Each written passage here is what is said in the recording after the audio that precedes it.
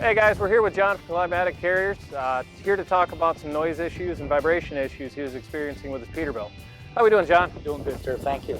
I had a transmission put in, a well reman, back in March of last year, and shortly after I noticed a kind of a chatter noise in the transmission. I took it back to where I had installed. They told me it was more of a torque noise. Okay. I've had a lot of trucks. I've heard a lot of different noises, but that just kept growing. As time went and progressed, the noise got louder and louder. Okay. It was kind of it almost sounded like the counter shaft was actually shaking or vibrating.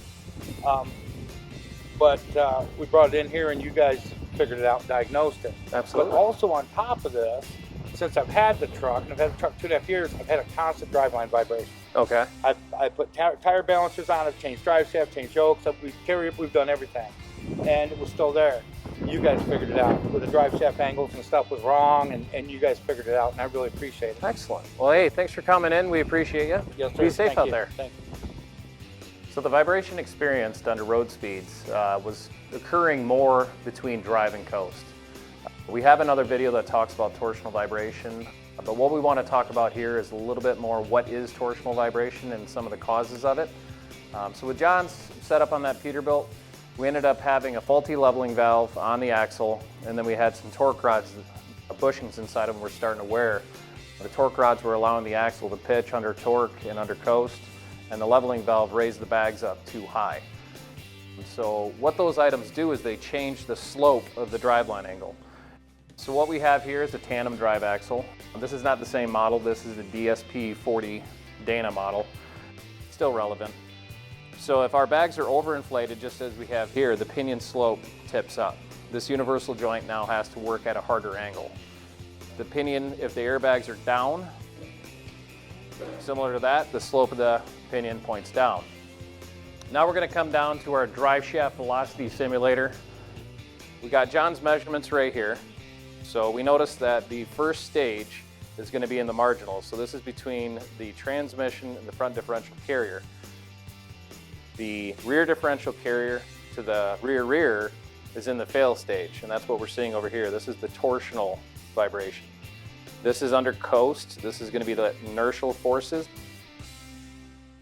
This drive motor represents the engine and transmission, distributing the power to this sprocket. This is going to be a consistent speed.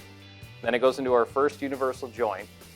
This will be a variable speed. So what we're looking at is right here. Our first universal joint is highlighted in red, and every single revolution, the universal joint will speed up and slow down twice. And then on the opposite end of the shaft, which would be the green, it's going to be in the opposing. So it's going to be slowing down and speeding up, opposing that first universal joint. Our goal is to have these angles as close as possible to cancel out this vibration. So we'll come up, we've already put a pretty good angle, and like I said, this is the drive sprocket. This is going to be the drive shaft, so this is the speed the shaft is going. You'll notice that audible acceleration and deceleration. And then we get to our second universal joint, and then to our differential drive. So we'll turn this on. Using a card, I'm just like a kid on a bike. We're going to listen to how the sprocket sounds. Consistent noise coming out of that one. Now we'll go to the drive shaft.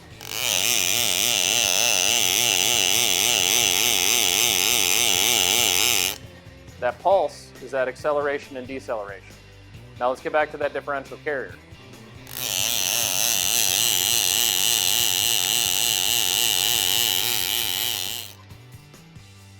So that pulse is moving up and down the driveline.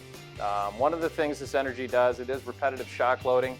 So as it goes in and out of your driveline components, it can loosen up our fasteners. So this is an output fastener of an 18-speed transmission. That ratcheting effect can cause damage internally to the gearing. And then on the opposing end, same with our differential carriers, these yokes have a fastener on them, and that vibration can loosen these up as well. And it's going to move in and out and up and down the drivetrain. So to resolve the issue, we went to the service bulletin, got the ride height, made the adjustments, got his bags back down, swapped out some driveline bushings, and what we observe right here, Eaton Analyzer, is that all of his numbers are in the green. So we actually reduced everything down, good to go. It's nice and smooth and nice and quiet. If you have any questions, download our app, visit our website at www.wellertruck.com, call 1-800-872-6697, or email info@wellertruck.com.